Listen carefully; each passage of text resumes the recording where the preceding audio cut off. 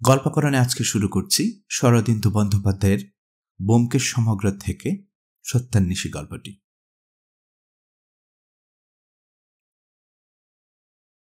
সত্যান্বেষী ব্যোমকেশ বক্সীর সহিত আমার প্রথম পরিচয় হইয়াছিল সন ১৩৩১ সালে। বিশ্ববিদ্যালয়ের পরীক্ষাগুলো শেষ করিয়া সবেমাত্র বাহির হইয়াছি। পয়সার বিশেষ টানাটানি ছিল না। পিতৃদেব ব্যাংকে যে টাকা রাখিয়া গিয়েছিলেন তাহার সুদে আমার একক জীবনের খরচা কলকাতার মেসে থাকিয়া বেশ ভদ্রভাবেই চলিয়া যাইত। তাই স্থির করিয়াছিলাম কৌমার্য ব্রত অবলম্বন করিয়া সাহিত্য চর্চায় জীবন অতিবাহিত করিব। প্রথম যৌবনের উদ্দীপনায় মনে হইয়াছিল একান্তভাবে বাগদেবীর আরাধনা করিয়া বঙ্গ সাহিত্যের অচিরাত যুগান্তর আনিয়া ফেলিব। এই সময়টাতে বাঙালি সন্তান অনেক ভালো স্বপ্ন দেখে, যদিও সে স্বপ্ন ভাঙিতেও বেশি বিলম্ব হয় না। কিন্তু যাক ও কথা, ব্যোমকেশের সহিত কি করিয়া পরিচয় হইল এখন তাহাই বলি।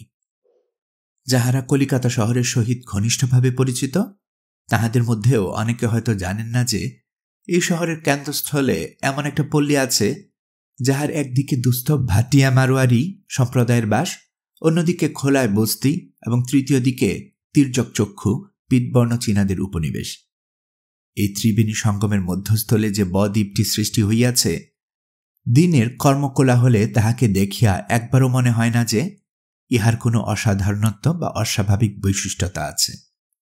কিন্তু সন্ধ্যার পরেই এই পল্লীতে এক আশ্চর্য পরিবর্তন ঘটিতে আরম্ভ করে। ৮টা বাজিতে না বাজিতেই দোকানপাট সমস্ত বন্ধ হইয়া পাড়াটা একেবারে নিস্তব্ধ হইয়া যায়। কেবল দূরে দূরে দু একটা পান বিড়ির দোকান খোলা থাকে মাত্র। সে সময় যাহারা এই অঞ্চলে চলাফেরা করিতে আরম্ভ করে তাহারা অধিকাংশই নিঃশব্দের ছায়ামূর্তির মতো সঞ্চরণ করে, এবং যদি কোনো অজ্ঞপথিক অতর্কিতে এই পথে আসিয়া পড়ে সেও দ্রুতপদে যেন সন্ত্রস্তভাবে ইহার এলাকা অতিক্রম করিয়া যায়। আমি কি করিয়া এই পাড়াতে আসিয়া এক মেসের অধিবাসী হইয়া পড়িয়াছিলাম তাহা বিশদ করিয়া লিখিতে গেলে পুঁথি বাড়িয়া যাইবে। এইটুকু বলিলেই যথেষ্ট হইবে যে দিনের বেলা পাড়াটা দেখিয়া মনে কোনো প্রকার সন্দেহ হয় নাই, এবং মেসের দ্বিতলে একটা বেশ বড় হাওয়াদার ঘর খুব সস্তায় পাইয়া কায়বক্ষমন না করিয়া তাহা অধিকার করিয়াছিলাম। পরে যখন জানিতে পারিলাম যে এ পাড়ায় মাসের মধ্যে ২-৩টি মৃতদেহ ক্ষতবিক্ষত অবস্থায় রাস্তায় পড়িয়া থাকিতে দেখা যায়, এবং নানা কারণে সপ্তাহে অন্তত একবার করিয়া পুলিশ রেড হইয়া থাকে, তখন কিন্তু বাসাটার উপর এমন মমতা জন্মাইয়া গিয়াছে যে আবার তল্পিতল্পা তুলিয়া নতুন বাসা উঠিয়া যাইবার প্রবৃত্তি নাই। বিশেষত সন্ধ্যার পর আমি নিজের লেখাপড়ার কাজে নিমগ্ন হইয়া থাকিতাম। বাড়ির বাহির হইবার কোনো উপলক্ষ ছিল না, তাই ব্যক্তিগতভাবে বিপদে পড়িবার আশঙ্কা কখনোই হয় নাই। আমাদের বাসার উপরতলার সব শুদ্ধ 5টি ঘর ছিল। প্রত্যেকটিতে একজন করিয়া ভদ্রলোক থাকিতেন। তাহারা সকলেই চাকরিজীবী এবং বয়স্ক। শনিবারে শনিবারে বাড়ি যাইতেন, আবার সোমবারে ফিরিয়া আসিয়া যাতায়াত আরম্ভ করিতেন। ইহারা অনেকদিন হইতে এমএসে বাস করিতেছেন। সম্প্রতি একজন কাজ হইতে অবসর লইয়া বাড়ি চলিয়া যাওয়াতে তাহারই শূন্য ঘরটা আমি দখল করিয়াছিলাম। সন্ধ্যার পর তাসের বা পাশার আড্ডা বসিত। সেই সময় মেসের অধিবাসীদের কণ্ঠস্বর এবং উত্তেজনা কিছু উগ্র ভাগ ধারণ করিত। অশ্বিনীবাবু পাকা খেলোয়াড় ছিলেন। তার স্থায়ী প্রতিদ্বন্দ্বী ছিলেন ঘনশ্যামবাবু। ঘনশ্যামবাবু হারিয়া গেলে চেঁচামেচি করিতেন। তারপর ঠিক 9টার সময় বামুন ঠাকুর আসিয়া জানাইত যে আহার প্রস্তুত। তখন আবার ইহারা শান্তভাবে উঠিয়া আহার সমাধা করিয়া যে যার ঘরে শুইয়া পড়িতেন। এরূপ নিরুদ্ঘাত শান্তিতে মেসের বৈচিত্র্যহীন দিনগুলো কাটিতেছিল। আমিও আসিয়া নির্বিবাদে এই প্রশান্ত জীবনযাত্রা বরণ করিয়া লইয়াছিলাম। বাসার নিচের তলার ঘরগুলো লইয়া বাড়িওয়ালা নিজে থাকিতেন। ইনি একজন হোমিওপ্যাথ ডাক্তার, নাম অনুকূলবাবু। বেশ সরল সদালাপী লোক। বোধহয় বিবাহ করেন নাই, কারণ বাড়িতে স্ত্রী পরিবার কেহ ছিল না। তিনি মেসের খাওয়া দাওয়া ও ভাড়াটাদির সুখ স্বাচ্ছন্দ্য সম্বন্ধে তত্ত্বাবধান করিতেন। এমন পরিপাটিভাবে তিনি সমস্ত কাজ করিতেন যে কোনো দিক দিয়া কাহারও অনুযোগ করিবার অবকাশ থাকিত না। মাসের গোড়ার বাড়ি ভাড়া এবং খোরাকি বাবদ 25 টাকা তাহার হাতে ফেলিয়া দিয়া সকল বিষয়ে নিশ্চিন্ত হওয়া যাইত। পাড়ার দরিদ্র সম্প্রদায়ের মধ্যে ডাক্তারের বেশ পসার ছিল। সকালে এবং বিকালে তাহার বসিবার ঘরে রোগীর ভিড় লাগিয়া থাকিত। তিনি ঘরে বসিয়া সামান্য মূল্যে ঔষধ বিতরণ করিতেন। রোগীর বাড়িতে বড় একটা যাইতেন না, গেলেও ভিজিট লইতেন না। এই জন্য পাড়া প্রতিবেশী সকলেই তাহাকে অত্যন্ত খাতির এবং শ্রদ্ধা করিতেন। আমিও অল্পকালের মধ্যে তাহার ভারী অনুরক্ত হইয়া পড়িয়াছিলাম। বেলা 10টার মধ্যে মেসের অন্যান্য সকলে অফিসে চলিয়া যাইত, বাসায় আমরা দুজনে পড়িয়া থাকিতাম। স্নানাহার প্রায় একসঙ্গেই হইত। তারপর দুপুরবেলাটাও গল্পগুজবে সংবাদপত্রের আলোচনায় কাটাইয়া যাইত। ডাক্তার অত্যন্ত নিরীহ ভালো মানুষ লোক হইলেও ভারী চমৎকার কথা বলিতে পারিতেন। বয়স 40-এর ভেতরেই। বিশ্ববিদ্যালয়ের কোনো উপাধি তাহার ছিল না, কিন্তু ঘরে বসিয়া এত বিভিন্ন বিষয়ের জ্ঞান তিনি অর্জন করিয়াছিলেন যে তাহার কথা শুনিতে শুনিতে বিস্ময় বোধ হইত। বিস্ময় প্রকাশ করিলে তিনি লজ্জিত হইয়া বলিতেন, আর তো কোনো কাজ নেই, ঘরে বসে বসে কেবল বই পড়ি। আমার যা কিছু সংগ্রহ সব বই থেকে। এই বাসার মাত্র 2 মাস কাটিয়া যাইবার পর একদিন বেলা আন্দাজ 10টার সময় আমি ডাক্তারবাবুর ঘরে বসিয়া তাহার খবরের কাগজপত্র উল্টায়া পাল্টায় দেখিতেছিলাম। অশ্বিনীবাবু পান চিবাইতে চিবাইতে অফিসে চলিয়া গেলেন। তারপর ঘনশ্যামবাবু বাহির হইলেন। নাতের ব্যথার জন্য এক পুরিয়া ঔষধ ডাক্তারবাবুর নিকট হইতে লইয়া তিনিও অফিসে যাত্রা করিলেন। বাকি 2-1 জন একে একে নিষ্ক্রান্ত হইল। সারাদিনের জন্য বাসা খালি হইয়া গেল। ডাক্তারবাবুর কাছে তখনও 2-1 জন রোগী ছিল। তাহারা ঔষধ লইয়া একে একে বিদায় হইলে তিনি চশমা কপালে তুলিয়া দিয়া জিজ্ঞেস করিলেন, কাগজে কিছু খবর আছে নাকি? কাল বৈকালে আমাদের পাড়ায় খানা তল্লাশি হয়ে গেছে। ডাক্তার হাসিয়া বলিলেন, সে তো নিত্যনৈমিত্তিক ব্যাপার, তা কোথায় হলো? কাছেই 36 নম্বরে শেখ আব্দুল গফুর বলে একটা লোকের বাড়িতে। ডাক্তার বলিলেন, আরে লোকটাকে যে আমি চিনি, প্রায়ই আমার কাছে ঔষধ নিতে আসে। তা কি জন্যে খানা তল্লাশি হয়েছে, কিছু লিখেছে? কোকেন, হেই পড়ুন না বলি আমি দৈনিক কালকেতু তাহার দিকে আইগাইয়া দিলাম। ডাক্তার চশমাজোড়া পুনশ্চ নসিকার উপর নামাইয়া পড়িতে লাগিলেন। গতকাল অঞ্চলের 36 নং স্ট্রিটে শেখ আব্দুল গফুর নামে জৈনক চর্ম ব্যবসায়ীর বাড়িতে পুলিশের খানার তল্লাশি হইয়াছে, কিন্তু কোনো বেআইনি মাল পাওয়া যায় নাই। পুলিশের অনুমান এই অঞ্চলের কোথাও একটা কোকেনের গুপ্ত আড়ত আছে। সেখান হইতে সর্বত্র কোকেন সরবরাহ হয়। একদল চতুর অপরাধী পুলিশের চোখে ধুলো নিক্ষেপ করিয়া বহুদিন যাবৎ এই আইন বহির্গত ব্যবসা চালাইতেছে। কিন্তু পরিতাপের বিষয়, এই অপরাধীদের নেতা কে এবং ইহাদের গুপ্ত ভাণ্ডার কোথায়, তাহা বহু অনুসন্ধানেও নির্ণয় করা যাইতেছে না। ডাক্তার একটু চিন্তা করিয়া কহিলেন, কথাটা ঠিক, আমারও সন্দেহ হয় কাছে পিঠে কোথাও কোকেনের একটা মস্ত আড্ডা আছে। 2-1 বার তার ইশারা আমিও পেয়েছি। জানেন তো, নানান রকম লোক ঔষধ নিতে আমার কাছে আসে। আর যাই হোক, যে কোকেন খোর সে ডাক্তারের কাছে কখনো আত্মগোপন করতে পারে না। কিন্তু ওই আব্দুল গফুর লোকটাকে তো আমার কোকেন খোর বলে মনে হয় না, বরং সে যে পাকা আফিংখোর এ কথা জোর করেই বলতে পারি। সে নিজেও সে কথা গোপন করে না। আমি জিজ্ঞেস করিলাম, আচ্ছা অনুকূলবাবু, এ পাড়ায় যে এত খুন হয় তার কারণ কি? ডাক্তার বলিলেন, তার তো খুব সহজ কারণ রয়েছে। যারা গোপনে আইন ভঙ্গ করে একটা বিরাট ব্যবসা চালাচ্ছে, তাদের সর্বদাই ভয় পাছে ধরা পড়ে। সুতরাং দৈবক্রমে যদি কেউ তাদের গুপ্ত কথা জানতে পেরে যায়, তখন তাকে খুন করা ছাড়া অন্য কোনো উপায় থাকে না। ভেবে দেখুন, আমি যদি কোকেনের ব্যবসা করি আর আপনি যদি দৈবাত সে কথা জানতে পেরে যান, তাহলে আমাকে বাঁচতে দেয়া আপনার পক্ষে আর নিরাপদ হবে কি? আপনি যদি কথাটা পুলিশের কাছে ফাঁস করে দেন, তাহলে আমি তো জেলে যাবই, সঙ্গে সঙ্গে এত বড় একটা ব্যবসা ভেস্তে যাবে, লক্ষ লক্ষ টাকার মাল বাজেয়াপ্ত হয়ে যাবে। আমি তা হতে দিতে পারি? বলিয়া তিনি হাসিতে লাগিলেন। আমি বলিলাম, আপনি অপরাধীদের মনস্তত্ত্ব বেশ অনুশীলন করছেন দেখছি। হ্যাঁ, ওদিকে আমার খুব ঝোঁক আছে। বলিয়া আড়মোড়া ভাঙিতে ভাঙিতে তিনি উঠিয়া দাঁড়াইলেন। আমিও উঠি উঠি করিতেছি। এমন সময় একটা লোক আসিয়া প্রবেশ করিল। তাহার বয়স বোধ করি 23-24 হইবে। দেখিলে শিক্ষিত ভদ্রলোক বলিয়া মনে হয়। গায়ের রং ফর্সা, বেশ সুশ্রী সুগঠিত চেহারা, মুখে চোখে বুদ্ধির একটা ছাপ আছে, কিন্তু বোধ হয় সম্প্রতি কোনো কষ্টে পড়িয়াছে, কারণ বেশভূষার কোনো যত্ন নাই। চুলগুলো অবিন্যস্ত, গায়ের কামিজটা ময়লা, এমনকি পায়ের জুতো জোড়াও কালির অভাবে রুক্ষ ভাব ধারণ করিয়াছে। মুখে একটা উৎকণ্ঠিত আগ্রহের ভাব।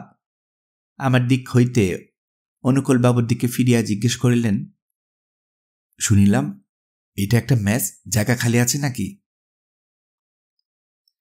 ঈষৎ বিস্ময়ে আমরা দুজনেই তাহার দিকে চাহিলাম। অনুকূলবাবু মাথা নাড়িয়া বলেন, না, তা মশায়ের কি করা হয়? লোকটি ক্লান্তভাবে রোগীর বেঞ্চের উপর বসিয়া পড়িয়া বলিল, উপস্থিত চাকরির জন্য দরখাস্ত দেয়া হয় আর মাথা গুজবার একটা আস্থানা খোঁজা হয়, কিন্তু এই হতভাগা শহরে একটা মেসও কি খালি পাওয়া যায় নাই? সব কানায় কানায় ভর্তি হয়ে আছে। সহানুভূতি স্বরে অনুকূলবাবু বলিলেন, সিজনের মাঝখানে মেসে বাসার জায়গা পাওয়া বড়ই মুশকিল।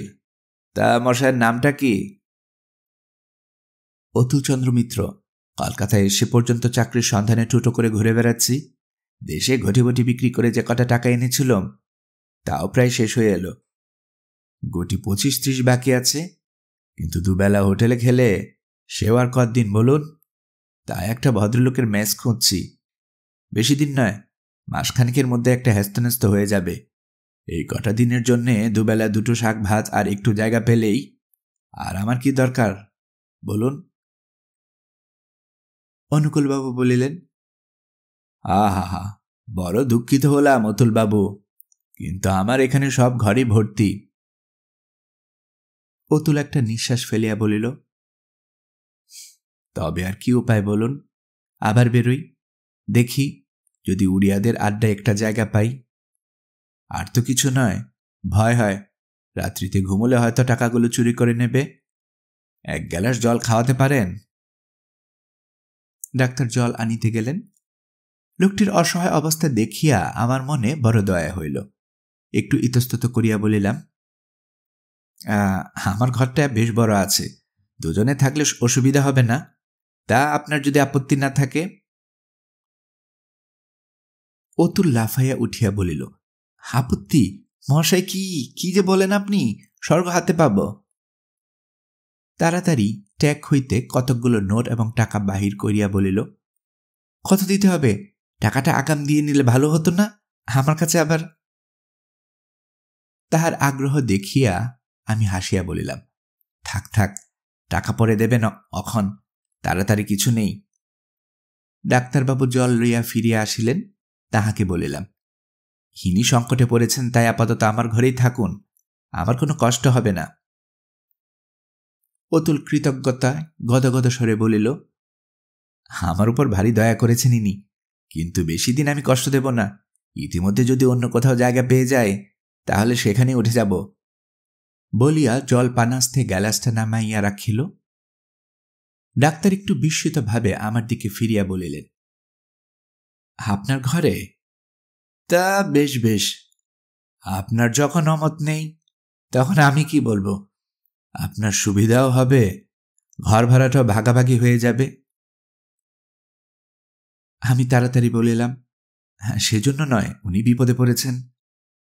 ডাক্তার হাসিয়া বলিলেন, সে তো বটেই, তা আপনি আপনার জিনিসপত্র নিয়ে আসুন গে অতুলবাবু, এখানে আপাতত থাকুন। আজ্ঞে হ্যাঁ, জিনিসপত্র সামান্যই, একটা বিছানা আর ক্যাম্বিসের ব্যাগ 1 হোটেলের দারোয়ানের কাছে রেখে এসেছি, এখনই নিয়ে আসছি। আমি বলিলাম, হ্যাঁ, স্নানাহার এখানেই করবেন। তাহলে তো ভালোই হয়। কৃতজ্ঞ দৃষ্টিতে আমার পানে চাহিয়া অতুল বাহির হইয়া গেল। সে চলিয়া গেলে আমরা কিছুক্ষণ নীরব হইয়া রহিলাম। অনুকূলবাবু অন্যমনস্কভাবে কোঁচার খুঁটে চশমার কাঁচ পরিষ্কার করিতে লাগিলেন। আমি জিজ্ঞেস করলাম, তা কি ভাবছেন ডাক্তারবাবু? ডাক্তার চমক ভাঙিয়া বলিলেন, কিছু না, বিপন্নকে আশ্রয় দেওয়া উচিত, আপনি ভালোই করেছেন। তবে কি জানেন? অজ্ঞাত কুশলেশ্ব শাস্ত্রের একটা বচন আছে। যাক, আশা করি কোনো ঝঞ্ঝায় উপস্থিত হবে না বলিয়া তিনি উঠিয়া পড়িলেন। অতুল মিত্র আমার ঘরে আসিয়া বাস করিতে লাগিলেন। অনুকূলবাবুর কাছে একটা বাড়তি তক্তপোষ ছিল, তিনি সেখানা অতুলের ব্যবহারের জন্য উপরে পাঠাইয়া দিলেন। অতুল দিনের বেলা বড় একটা বাসায় থাকিত না। সকালে উঠিয়া চাকরির সন্ধানে বাহির হইয়া যাইত, বেলা 10টা-11টার সময় ফিরিত, আবার স্নানাহারের পর বাহির হইত। কিন্তু যতটুকু সময় সে বাসায় থাকিত তাহারই মধ্যে বাসার সকলের সঙ্গে বেশ সম্প্রীতি জন্মাইয়া তুলিয়াছিল।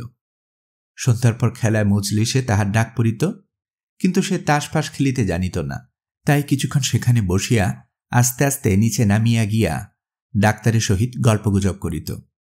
আমার সঙ্গেও তাহার বেশ ভাব হইয়া গিয়াছিল। দুজনের একই বয়স, তার উপর একই ঘরে উঠা বসা, সুতরাং আমাদের সম্বোধন আপনি হইতে তুমিতে নামিতে বেশি বিলম্ব হয় নাই। অতুল আসিবার পর হপ্তাখানেক বেশ নিরুদ্রূপে কাটিয়া গেল। তারপর মেসে নানান রকম বিচিত্র ব্যাপার ঘটিতে আরম্ভ করিল। সন্ধ্যার পর অতুল এবং আমি অনুকূলবাবুর ঘরে বসিয়া গল্প করিতেছিলাম। রোগীর ভিড় কমিয়া গিয়াছিল। দু একজনের মাঝে মধ্যে আসিয়া রোগের বিবরণ বলিয়া ঔষধ লইয়া যাইতেছিল। অনুকূলবাবু আমাদের সঙ্গে কথা কহিতে কহিতে ঔষধ দিতেছিলেন এবং হাত বাক্সে পয়সা তুলিয়া রাখিতেছিলেন। গতরাত্রিতে প্রায় আমাদের বাসার সম্মুখে একটা খুন হইয়া গিয়াছিল। আজ সকালে রাস্তার উপর লাশ আবিষ্কৃত হইয়া একটু উত্তেজনা সৃষ্টি হইয়াছিল। আমরা সেই বিষয়েই আলোচনা করিতেছিলাম। বিশেষ উত্তেজনার কারণ এই যে, লাশ দেখিয়া লোকটাকে দরিদ্র শ্রেণীর ভাটিয়া বলিয়া মনে হইলেও তাহার কোমরের গেজের ভেতরে 100 টাকার 10 কাটা নোট পাওয়া গিয়েছিল। ডাক্তার বলিতেছিলেন, এই কোকেন ছাড়া আর কিছু নয়, ভেবে দেখুন, টাকার লোভে যদি খুন করত তাহলে ওর কোমরে হাজার হাজার টাকার নোট পাওয়া যেত না। আমার মনে হয় লোকটা কোকেনের খরিদ্দার ছিল। কোকেন কিনতে এসে কোকেন ব্যবসায়ীদের সম্বন্ধে কোনো মারাত্মক গুপ্ত কথা জানতে পারে, হয়তো তাদের পুলিশের ভয় দেখায়, ব্ল্যাকমেল করার চেষ্টা করে, তারপরেই ব্যাস খতম। অতুল বলিল, কে জানে মশাই, আমার তো ভারী ভয় করছে। আপনারা এই পাড়ায় আছেন কি করে? আমি আগে যদি জানতুম তাহলে। ডাক্তার হাসিয়া বলিলেন, তাহলে উড়িয়াদের আড্ডাতেই যেতেন, তাই না? আমাদের কিন্তু ভয় করে না। আমি তো 10-12 বছর এ পাড়ায় আছি, কিন্তু কারো কথায় থাকি না বলে কখনো হাঙ্গামায় পড়তে হয়নি। অতুল ফিসফিস করিয়া বলিল, ডাক্তারবাবু, আপনি নিশ্চয়ই কিছু জানেন না? হঠাৎ পিছনে খুট করিয়া একটা শব্দ শুনিয়া ফিরিয়া দেখি আমাদের মেসের অশ্বিনীবাবু দরজার ফাঁকে মুখ বাড়াইয়া আমাদের কথা শুনিতেছেন। তাহার মুখের অস্বাভাবিক পাণ্ডরতা দেখিয়া আমি সবিষয়ে বলিলাম, কি হয়েছে অশ্বিনীবাবু, আপনি এ সময় নিচে যে? অশ্বিনীবাবু থতমত খাইয়া বলিলেন, না না, কিছু না, এমনি 1 পয়সার বিড়ি কিনিতে। বলিতে বলিতে তিনি সিঁড়ি দিয়া উপরে উঠিয়া গেলেন। আমরা পরস্পর মুখ তাকাতাকি করিলাম। প্রৌঢ় গম্ভীর প্রকৃতির অশ্বিনীবাবুকে আমরা সকলেই শ্রদ্ধা করিতাম। তিনি হঠাৎ নিঃশব্দে নিচে নামিয়া আড়ি পাতিয়া আমাদের কথা শুনিতেছিলেন কেন? রাত্রিতে আহারে বসিয়া জানিতে পারিলাম অশ্বিনীবাবু পূর্বেই খাওয়া দাওয়া শেষ করিয়াছেন। আহার আস্তে অভ্যাস মতো একটা চুরুট শেষ করিয়া শয়ন ঘরে প্রবেশ করিয়া দেখি অতুল মেঝের উপর কেবল একটা বালিশ ফেলিয়া শুইয়া আছে। একটু বিস্মিত হইলাম, কারণ এমন কিছু গরম পড়ে নাই যে মেঝে শোয়া প্রয়োজন পড়তে পারে। ঘর অন্ধকার ছিল, অতুলও কোনো সাড়া ছিল না। তাই ভাবিলাম সে ক্লান্ত হইয়া ঘুমাইয়া পড়িয়াছে। আমার তখনও ঘুমের কোনো তাগিদ ছিল না, কিন্তু আলো জ্বালিয়া পড়িতে বা লিখিতে বসিলে হয়তো অতুলের ঘুম ভাঙ্গিয়া যাইবে, তাই খালি পায়ে ঘরের মধ্যে ঘুরিয়া বেড়াইতে লাগিলাম। কিছুক্ষণ এইভাবে বেড়াইবার পর হঠাৎ মনে হইল, যাই অশ্বিনীবাবুকে জিজ্ঞেস করিয়া আসি, তাহার কোনো অসুখ বিসুখ হইয়াছে কিনা। আমার 2খানা ঘর পরেই অশ্বিনীবাবুর ঘর। ইয়া দেখিলাম তাহার দরজা খোলা, বাহির হইতে ডাক দিয়া সাড়া পাওয়া গেল না। তখন কৌতূহলী হইয়া ঘরে ঢুকিলাম। দ্বারের পাশেই সুইচ ছিল। আলো জ্বালিয়া দেখিলাম ঘরে কেহ নাই। রাস্তার ধারে জানালাটা দিয়া উকি মারিয়া দেখিলাম, কিন্তু রাস্তাতেও তাহাকে দেখিতে পাইলাম না। তাই তো এত রাত্রে ভদ্রলোক কোথায় গেলেন? অকস্মাৎ মনে হইল হয়তো ডাক্তারের নিকট ঔষধ লইতে গিয়াছেন। তাড়াতাড়ি নিচে নামিয়া গেলাম। ডাক্তারের দরজার ভিতর হইতে বন্ধ। এত রাত্রে নিশ্চয় তিনি শুইয়া পড়িয়াছেন। বন্ধ দরজার সম্মুখে অনিশ্চিতভাবে কিছুক্ষণ দাঁড়াইয়া থাকিয়া ফিরিয়া আসিতেছি, এমন সময় ঘরের ভিতর গলার শব্দ শুনিতে পাইলাম। অত্যন্ত উত্তেজিত চাপা কণ্ঠে অশ্বিনীবাবু কথা কহিতেছেন। একবার লোভ হইল কান পাতিয়া শুনি কি কথা, কিন্তু পরক্ষণে এসে ইচ্ছা দমন করিলাম। হয়তো অশ্বিনীবাবু কোন রোগের কথা বলিতেছেন, আমার শোনা উচিত নয়। পা টিপিয়া টিপিয়া উপরে ফিরিয়া আসিলাম। ঘরে আসিয়া দেখিলাম অতুল পূর্ববৎ মেঝের উপর শুইয়া আছে। আমাকে দেখিয়া ঘাড় তুলিয়া বলিল, কি, অশ্বিনীবাবু ঘরে নেই? বিস্মিত হইয়া বলিলাম, না, তুমি জেগেছিলে? হ্যাঁ, অশ্বিনীবাবু নিচে ডাক্তারের ঘরে আছেন। তুমি জানলে কি করে? কি করে জানলাম? যদি দেখতে চাও, এই বালিশে কান রেখে মাটিতে শোও। কি হে, মাথা খারাপ হয়ে গেল নাকি? মাথা ঠিক আছে, শুয়েই দেখো না। কৌতূহলের বশবর্তী হইয়া অতুলের মাথার পাশে মাথা রাখিয়া শুইলাম। কিছুক্ষণ স্থির হইয়া থাকিবার পর অস্পষ্ট কথাবার্তার শব্দ কানে আসিতে লাগিল। তারপর পরিষ্কার শুনিতে পাইলাম অনুকূলবাবু বলিতেছেন, আপনি বড় উত্তেজিত হয়েছেন। এটা আপনার দৃষ্টি বিভ্রম ছাড়া আর কিছু নয়। ঘুমের ঘোরে মাঝে মাঝে এমন হয়। আমি ঔষধ দিচ্ছি, খেয়ে শুয়ে পড়ুন গিয়ে। কাল সকালে উঠে যদি আপনার ওই বিশ্বাস থাকে, তখন যা হয় করবেন। উত্তরে অশ্বিনীবাবু কি বলিলেন ধরা গেল না। চেয়ার টানার শব্দে বুঝিলাম দুজনে উঠিয়া পড়িলেন। আমি ভূসজ্জা ছাড়িয়া উঠিয়া বসিলাম।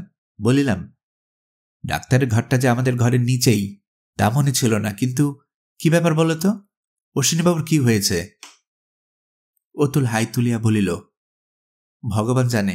রাত হল, এবার বিছানায় উঠে শুয়ে পড়া যাক। আমি সন্দিগ্ধভাবে জিজ্ঞেস করিলাম, তুমি মাটিতে শুয়েছিলে কেন? অতুল বলিল, সমস্ত দিন ঘুরে ঘুরে ক্লান্ত হয়ে পড়েছিলাম। মেঝেটা বেশ ঠান্ডা বোধ হল, তাই শুয়ে পড়লাম। ঘুম একটু এসেছিল, এমন সময় ওদের কথাবার্তার চটকা ভেঙে গেল। সিঁড়িতে অশ্বিনীবাবুর পায়ের শব্দ শুনিতে পাইলাম। তিনি নিজের ঘরে ঢুকিয়া সশব্দে দরজা বন্ধ করিয়া দিলেন। ঘড়িতে দেখিলাম রাত্রি প্রায় 11টা বাজে। অতুল শুইয়া পড়িয়াছিল। মেসও একেবারে নিশুতি হইয়া গিয়াছে। আমি বিছানায় শুইয়া অশ্বিনীবাবুর কথায় ভাবিতে ভাবিতে ঘুমাইয়া পড়িলাম। সকালে অতুলের ঠেলা খাইয়া ধর্মর করিয়া উঠিয়া বসিলাম। বেলা 7টা বাজিয়াছে। অতুল বলিল, ওহে, ওঠো ওঠো, গতিক ভালো ঠেকছে না। কেন, কি হয়েছে? অশ্বিনীবাবু ঘরের দরজা খুলছেন না, ডাকাডাকিতেও সাড়া পাওয়া যাচ্ছে না। কি হয়েছে তার? তা বলা যায় না, তুমি এসো। বলিয়া সে ঘর হইতে তাড়াতাড়ি বাহির হইয়া গেল। আমিও তাহার পশ্চাতে বাহিরে আসিয়া দেখিলাম অশ্বিনীবাবুর দরজার সম্মুখে সকলেই উপস্থিত আছেন। উৎকণ্ঠিত জল্পনা আর দ্বার ঠেলাঠেলি চলিতেছে। নিচে হইতে অনুকূলবাবু আসিয়াছেন। দুশ্চিন্তা এবং উৎকণ্ঠা ক্রমে বাড়িয়া চলিল। কারণ অশ্বিনীবাবু এত বেলা পর্যন্ত কখনো ঘুমান না। তাছাড়া যদি ঘুমাইয়াই পড়িয়া থাকেন, তবে এত হাঁক ডাকেও জাগিতেছেন না কেন? অতুল অনুকূলবাবুর নিকটে গিয়া বলিল, দেখুন, দরজা ভেঙে ফেলা যাক, আমার তো ভালো বোধ হচ্ছে না। অনুকূলবাবু বলিলেন, হ্যাঁ হ্যাঁ, সে আর বলতে, ভদ্রলোক হয়তো মূর্ছিত হয়ে পড়ে আছেন, নইলে জবাব দিচ্ছেন না কেন? আর দেরি নয়, অতুলবাবু, দরজা ভেঙে ফেলুন। 1.5 ইঞ্চি পুরো কাঠের দরজা, তাহার উপর ইয়েল লক লাগানো। কিন্তু অতুল এবং আরো 2-3 জন একসঙ্গে সজোরে ধাক্কা দিতেই বিলিতি তালা ভাঙিয়া ঝনঝন শব্দে দরজা খুলিয়া গেল। তখন মুক্ত দ্বারপথে যে বস্তুটি সকলে দৃষ্টিগোচর হইল, তাহা দেখিয়া বিস্ময়ে ভয়ে কাহারও মুখে কথা ফুটিল না। স্তম্ভিত হইয়া সকলে দেখিলাম ঠিক দরজার সম্মুখেই অশ্বিনীবাবু ঊর্ধ্বমুখ হইয়া পড়িয়া আছেন। তাহার গলা এক প্রান্ত হইতে অন্য প্রান্ত পর্যন্ত কাটা, মাথা এবং ঘাড়ের নিচে পুরো হইয়া রক্ত জমিয়া যেন একটা লাল মখমলের গালিচা বিছাইয়া দিয়াছে। আর তাহার প্রক্ষিপ্ত প্রসারিত দক্ষিণ হস্তে একটা রক্ত মাখানো খুর তখনও যেন জিজ্ঞাসাভাবে হাসিতেছে। নিশ্চল জড়পিণ্ডবৎ আমরা কিছুক্ষণ দাঁড়াইয়া রইলাম। তারপর উতল এবং ডাক্তার একসঙ্গে ঘরে ঢুকিলেন। ডাক্তার বিহব্বলভাবে অশ্বিনীবাবুর বিভৎস মৃতদেহের প্রতি তাকাইয়া থাকিয়া কম্পিত স্বরে কহিলেন, কি ভয়ানক! শেষে অশ্বিনীবাবু আত্মহত্যা করলেন। অতুলের দৃষ্টি কিন্তু মৃতদেহের দিকে ছিল না। তাহার দুই চোখ তলোয়ারের ফলার মতো ঘরের চারদিকে ইতস্তত ঘুরিয়া বেড়াইতেছিল। সে একবার বিছানায় দেখিল, রাস্তার ধারের খোলা জানালা দিয়া উকি মারিল, তারপর ফিরিয়া শান্ত কণ্ঠে বলিল, আত্মহত্যা নয় ডাক্তারবাবু, এ খুন, নৃশংস নরহত্যা। আমি পুলিশ ডাকতে চললাম, আপনারা কেউ কোনো জিনিস ছোবেন না। অনুকূলবাবু বলিলেন, বলেন কি অতুলবাবু খুন? কিন্তু দরজাটা ভিতর থেকে বন্ধ ছিল, তাছাড়া ওটা। বলিয়া অঙ্গুলি নির্দেশ করিয়া মৃতের হস্তে রক্তাক্ত খুঁটটা দেখাইলেন। অতুল মাথা নাড়িয়া বলিল, তা হোক, তবু এখন আপনারা থাকুন, আমি এখনই পুলিশ ডেকে আনছি। সে দ্রুতপদে নিষ্ক্রান্ত হইয়া গেল। ডাক্তারবাবু কপালে হাত দিয়া সেইখানে বসিয়া বলিলেন, শেষে আমার বাসাতে এ ব্যাপার হল।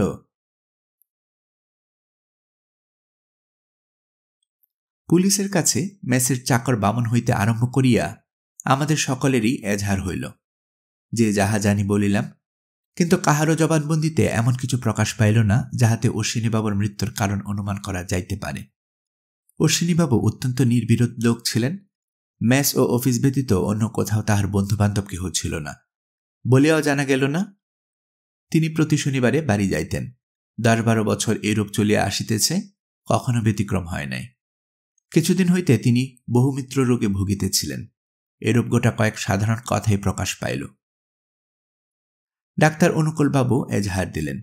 তিনি যাহা বলিলেন তাহাতে অশ্বিনীবাবুর মৃত্যুর রহস্য পরিষ্কার না হইয়া যেন আরো জটিল হইয়া উঠিল। তাহার জবানবন্দি সম্পূর্ণ উদ্ধৃত করিতেছি। গত 12 বছর যাবৎ অশ্বিনীবাবু আমার বাসায় ছিলেন। তার বাড়ি বর্ধমান জেলার হরিহরপুর গ্রামে। তিনি সৌদাগরী অফিসে কাজ করতেন। 120 টাকা আন্দাজ মাইনে পেতেন। এত অল্প মাইনে পরিবার নিয়ে কলকাতা থাকিবার সুবিধা হয় নাই, তাই তিনি একলা মেসে থাকিতেন। এ মেসে প্রায় সকলেই তাই করেন। অশ্বিনীবাবুকে আমি যতদূর জানি, তিনি সরল প্রকৃতির কর্তব্যনিষ্ঠ লোক ছিলেন। কখনো কারো পাওনা ফেলে রাখতেন না, কারো কাছে 1 পয়সা ধার ছিল না। কোনো বদ খেয়াল কি নেশা কিছুই আমার জানা নেই। মেসের অন্য সকলে এ বিষয়ে সাক্ষী দিতে পারবেন। এই 12 বছরের মধ্যে তার সম্বন্ধে অস্বাভাবিক বা সন্দেহজনক কিছু লক্ষ্য করিনি। তিনি গত কয়েক মাস থেকে ডায়াবেটিক্সে ভুগছিলেন। আমারই চিকিৎসাধীন ছিলেন, কিন্তু তার মানসিক রোগের কোনো লক্ষণ ইতিপূর্বে চোখে পড়েনি। কাল হঠাৎ তার চালচলনে একটা অপ্রকৃতস্থ ভাব প্রথমে লক্ষ্য করিলাম।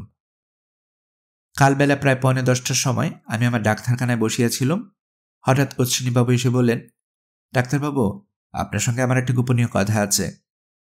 একটু আশ্চর্য হয়ে তার মুখের দিকে চেয়ে দেখলাম। তাকে অত্যন্ত বিচলিত মনে হলো। জিজ্ঞাসা করিলাম, তা কি কথা? তিনি এদিক ওদিক চেয়ে চাপা গলায় বললেন, এখন নয়, আরেক সময়, বলেই তাড়াতাড়ি অফিসে চলে গেলেন। সন্ধ্যার পর আমি, অজিতবাবু আর অতুলবাবু আমার ঘরে বসিয়া গল্প করেছিলাম। হঠাৎ অজিতবাবু দেখিতে পেলেন দরজার পাশে দাঁড়িয়ে অশ্বিনীবাবু আমাদের কথা শুনছেন। তাকে ডাকতেই তিনি কোনো গতিকে একটা কৈফিয়ত দিয়ে তাড়াতাড়ি চলিয়া গেলেন। আমরা সবাই অবাক হয়ে রইলাম। ভাবলাম, কি হলো অশ্বিনীবাবুর? তারপর রাত্রি 10টার সময় তিনি চোরের মতো চুপি চুপি আমার কাছে এসে উপস্থিত হলেন। মুখ দেখে বুঝলাম তার মানসিক অবস্থা প্রকৃতস্থ নয়। দরজা বন্ধ করে দিয়ে তিনি আবল তাবল নানা রকম বলতে লাগলেন। কখনো বললেন ঘুমিয়ে ঘুমিয়ে ভীষণ বিভীষিকাময় স্বপ্ন দেখেছেন, কখনো বললেন একটা ভয়ানক গুপ্ত রহস্য জানতে পেরেছেন। আমি তাকে ঠান্ডা করবার চেষ্টা করলাম, কিন্তু তিনি ঝোঁকের মাথায় বকেই চললেন। শেষে আমি তাকে এক পুরিয়া ঘুমের ওষুধ দিয়া বলিলাম, আজ রাতে শুয়ে পড়ুন, গিয়ে কাল সকালে আপনার কথা শুনব। তিনি ওষুধ নিয়ে উপরে উঠে গেলেন। সেই তার সঙ্গে আমার শেষ দেখা। তারপর আজ সকালে এই কাণ্ড। তার ভাবগতিক দেখে তার মানসিক প্রকৃতস্থতা সম্বন্ধে আমার সন্দেহ হয়েছিল বটে, কিন্তু তিনি যে এই ক্ষণিক উত্তেজনার বশে আত্মঘাতী হবেন তা আমি কল্পনা করতে পারিনি। অনুকূলবাবু নীরব হইলে দারোগা জিজ্ঞেস করিলেন, আপনি মনে করেন এ আত্মহত্যা? অনুকূলবাবু বলিলেন, তাছাড়া আর কি হতে পারে? তবে অতুলবাবু বলিতেছিলেন যে এ আত্মহত্যা নয়, অন্য কিছু। এই বিষয়ে তিনি হয়তো বেশি জানেন, অতএব তিনিই বলিতে পারিবেন। দারোগা অতুলের দিকে ফিরিয়া কহিলেন, আপনি না অতুলবাবু? এটা যে আত্মহত্যা নয় তা মনে করবার কোনো কারণ আছে? আছে। নিজের হাতে মানুষ অমন ভয়ানকভাবে নিজের গলা কাটতে পারে না। আপনি লাশ দেখেছেন?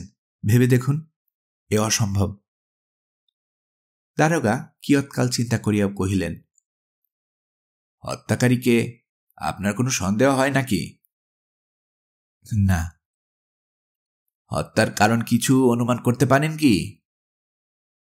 অতুল রাস্তার দিকে জানালাটা নির্দেশ করিয়া কহিল, ওই জানালাটা হয়তো হত্যার কারণ। দারোগা সচকিত হইয়া বলিলেন, জানালা হত্যার কারণ? আপনি বলতে চান হত্যাকারী ওই জানালা দিয়ে ঘরে ঢুকেছিল? না না, হত্যাকারী দরজা দিয়ে ঘরে ঢুকেছিল। দারোগা মৃদু হাসিয়া কহিলেন, আপনার বোধহয় স্মরণ নেই যে দরজা ভেতর থেকে বন্ধ ছিল? হ্যাঁ, স্মরণ আছে। দারোগা ঈষৎ পরিহাসের সুরে বলিলেন, তবে কি অশ্বিনীবাবু আহত হবার পর দরজা বন্ধ করে দিয়েছিলেন? না না, হত্যাকারী অশ্বিনীবাবুকে হত্যা করার পর বাইরে থেকে দরজা বন্ধ করে দিয়েছিলেন। সে কি করে হতে পারে? অতুল মুখ টিপিয়া হাসিয়া বলিলেন, খুব সহজে, একটু ভেবে দেখলেই বুঝতে পারবেন। অনুকূলবাবু এতক্ষণ দরজাটার দিকে তাকাইয়াছিলেন। তিনি বলিয়া উঠিলেন, ঠিক তো, ঠিক ঠিক, দরজা সহজেই বাইরে থেকে বন্ধ করা যায়। এতক্ষণ আমাদের মাথাতে ঢুকেনি। দেখছেন না দরজায় যে লক লাগানো? অতুল বলিল, দরজা বাইরে থেকে টেনে দিলে বন্ধ হয়ে যায়, তখন আর ভেতর থেকে খোলা ছাড়া আর কোনো উপায় নেই। দারোগা প্রবীণ লোক, তিনি গালে হাত দিয়া ভাবিতে ভাবিতে কহিলেন, সে ঠিক, কিন্তু একটা জায়গায় খটকা লাগছে। অশ্বিনীবাবু যে রাত্রে দরজা খুলে শুয়েছিলেন তার কি কোনো প্রমাণ আছে? অতুল বলিল, না, বরঞ্চ তার উল্টো প্রমাণই আছে। আমি জানি তিনি দরজা বন্ধ করে শুয়েছিলেন। আমি বললাম, আমিও জানি, আমি তাকে দরজা বন্ধ করতে শুনেছি। দারোগা বলিলেন, তবে অশ্বিনীবাবু রাত্রে উঠে হত্যাকারীকে দরজা খুলে দিয়েছিলেন, এ অনুমানও তো সম্ভব বলে মনে হয় না। অতুল বলিল, না, কিন্তু আপনার বোধহয় স্মরণ নেই যে অশ্বিনীবাবু গত কয়েক মাস থেকে একটা রোগে ভুগছিলেন। রোগে ভুগছিলেন? ও হ্যাঁ, ঠিক বলেছেন, ঠিক বলেছেন অতুলবাবু, ও কথাটা আমাদের খেয়ালেই ছিল না। দারোগা একটু মুরব্বিয়ানা ভাব নিয়ে বললেন, আপনি দেখছি বেশ ইন্টেলিজেন্ট লোক। পুলিশে ঢুকে পড়ুন না, এই পথে আপনি উন্নতি করতে পারবেন। কিন্তু এদিকে ব্যাপার ক্রমেই ঘোরালো হয়ে উঠেছে। যদি সত্যি এটা হত্যাকাণ্ড হয়, তাহলে হত্যাকারী যে ভয়ানক হুঁশিয়ার লোক তাতে সন্দেহ নেই। কারোর উপর সন্দেহ হয় আপনার? বলিয়া উপস্থিত সকলের মুখের দিকে চাহিলেন। সকলে নীরবে মাথা নাড়িলেন। অনুকূলবাবু বলিলেন, দেখুন, এ পাড়ায় প্রায়ই একটা দুটো খুন হয়। এ খবর অবশ্য আপনার কাছে নতুন নয়। পরশুদিনে আমার বাসার প্রায় সামনেই একটা খুন হয়ে গেছে। এইসব দেখে আমার মনে হয় যে সবগুলো হত্যায় এক সুতোয় গাঁথা। একটা কিনারা হলেই অন্যটার কিনারা হবে, অবশ্য যদি অশ্বিনীবাবুর মৃত্যুকে হত্যাকাণ্ড বলে মেনে নেওয়া হয় আর কি। দারোগা বলিলেন, তা হতে পারে, কিন্তু অন্য খুনের কিনারা হবার আশা বসে থাকলে বোধহয় অনন্তকাল বসেই থাকতে হবে। অতুল বলিল, দারোগাবাবু, যদি এই খুনের কিনারা করতে চান তাহলে ওই জানালাটার কথা ভালো করে ভেবে দেখবেন। দারোগা ক্লান্তভাবে কহিলেন, সব কথাই আমাদের ভালো করে ভেবে দেখতে হবে অতুলবাবু। এখন আপনাদের প্রত্যেকের ঘর আমি খানা তল্লাশি করতে চাই। তারপর উপরে নিচে সব ঘরেই পুঙ্খানুপুঙ্খভাবে খানা তল্লাশি করা হইল, কিন্তু কোথাও এমন কিছু পাওয়া গেল না যাহার দ্বারা এই মৃত্যু রহস্যের উপর আলোকপাত হইতে পারে। অশ্বিনীবাবুর ঘরও যথারীতি অনুসন্ধান করা হইল, কিন্তু দু একটা অতি সাধারণ পারিবারিক চিঠিপত্র ছাড়া আর কিছুই পাওয়া গেল না। খুরের শূন্য খাপটা বিছানার পাশেই পড়িয়াছিল। তিনি নিজে খুর কার্য করিতেন এ কথা আমরা সকলেই জানিতাম। খাপটা চিনিতেও কষ্ট হইল না। অশ্বিনীবাবুর মৃতদেহের পূর্বেই স্থানান্তরিত হইয়াছিল। অতঃপর তাহার দরজা তালা লাগাইয়া সিলমোহর করিয়া দারোগা বেলা 1:30 নাগাদ প্রস্থান করিলেন। অশ্বিনীবাবুর বাড়িতে তার পাঠানো হইয়াছিল। বৈকালে তাহার পুত্ররা এবং অন্যান্য নিকট আত্মীয়বর্গ আসিয়া উপস্থিত হইলেন। তাহাদের বিস্ময় বিমর্ষ সুখের চিত্রের উপর জবনিকা টানিয়া দিল। আমরা অনাত্মীয় হইলেও অশ্বিনীবাবুর এই শোচনীয় মৃত্যুতে প্রত্যেকেই গভীরভাবে আহত হইয়াছিলাম। তাছাড়া নিজেদের প্রাণ লইয়া কম আশঙ্কা হয় নাই। যেখানে পাশের ঘরে এরূপ ব্যাপার ঘটিতে পারে, সেখানে আমাদের জীবনেরই বা নিশ্চয়তা কি? মলিন শশঙ্ক অবসন্নতার ভিতর দিয়া এই বিপদ ভারাক্রান্ত দুর্দিন কাটিয়া গেল। রাত্রিকালে শয়নের পূর্বে ডাক্তারের ঘরে গিয়া দেখিলাম তিনি গুরু গম্ভীর মুখে বসিয়া আছেন। এই একদিনের ঘটনায় তাহার শান্ত নিশ্চিহ্ন মুখের উপর কালো কালো রেখা পড়িয়া গিয়াছে। আমি তাহার পাশে বসিয়া বলিলাম, বাসার সকলেই তো মেস ছেড়ে চলে যাবার জোগাড় করছেন। ম্লান হাসিয়া হাসিয়া অনুকূলবাবু কহিলেন, তাহাদের তো আর দোষ দেওয়া যায় না অজিতবাবু। এরকম ব্যাপার যেখানে ঘটে সেখানে কে থাকতে চায় বলুন? কিন্তু একটা কথা আমি কিছুতেই বুঝতে পারছি না, একে খুন বলা যেতে পারে কি?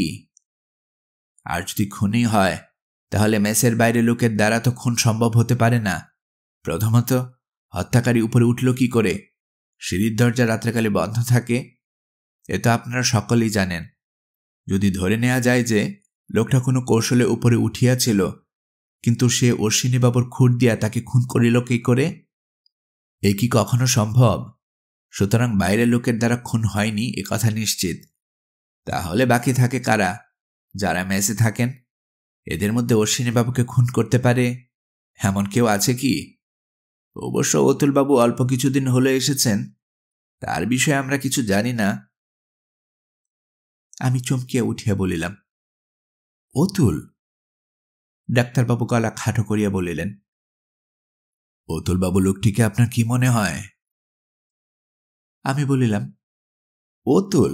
না না না, এ কখনো সম্ভব নয়। অতুল কি জন্য অশ্বিনীবাবুকে?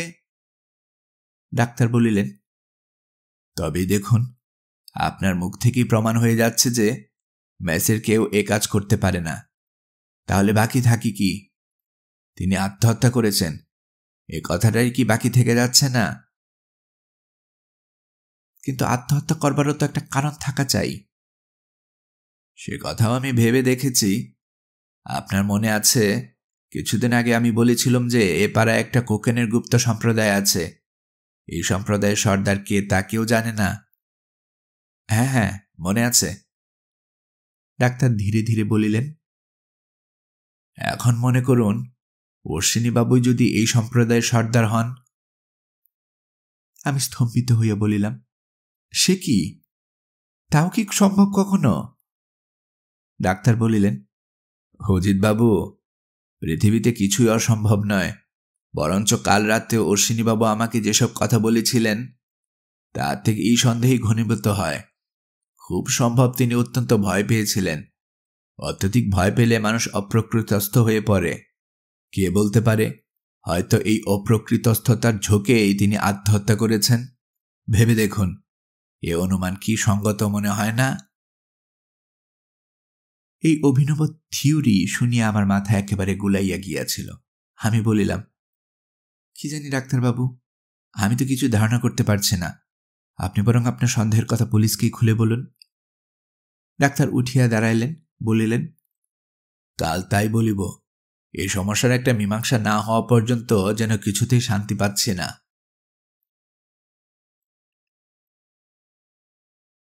2-3টা দিন কোন রকমে কাটিয়া গেল। মনের একান্ত অশান্তির উপর সিআইডি বিভাগের বিবিধ কর্মচারীর নিরন্তর যাতায়াতে এবং সোয়াল জবাবে প্রাণ অতিষ্ঠ হইয়া উঠিয়াছিল। মেসের প্রত্যেকেই পালাই পালাই করিতেছিলেন, কিন্তু আবার পালাইতেও সাহস হইতেছিল না। কি জানি, তাড়াতাড়ি বাসা ছাড়িলে যদি পুলিশ তাকেই সন্দেহ করিয়া বসে। বাসারই কোনো ব্যক্তির চারিধারে যে সন্দেহের জাল ধীরে ধীরে গুটাইয়া আসিতেছে তাহার ইশারা পাইতেছিলাম, কিন্তু সে ব্যক্তি কে তাহা অনুমান করিতে পারিতেছিলাম না।